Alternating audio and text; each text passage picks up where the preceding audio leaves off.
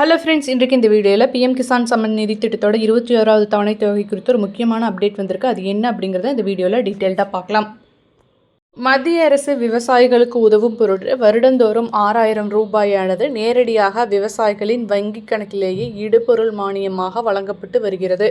இதுவரை இந்த திட்டத்தின் கீழ் 20 தவணைகள் வழங்கப்பட்ட நிலையில் தற்போது 21வது தவணையும் வழங்கப்பட இருக்கிறது.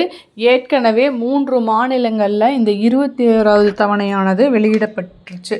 ஸோ இந்த நிலையில் தான் இந்த 21வது தவணையானது தீபாவளிக்கு முன்பே அனைவருக்குமே வழங்கப்பட்டுவிடும் அப்படின்னு சொல்லியிருக்காங்க.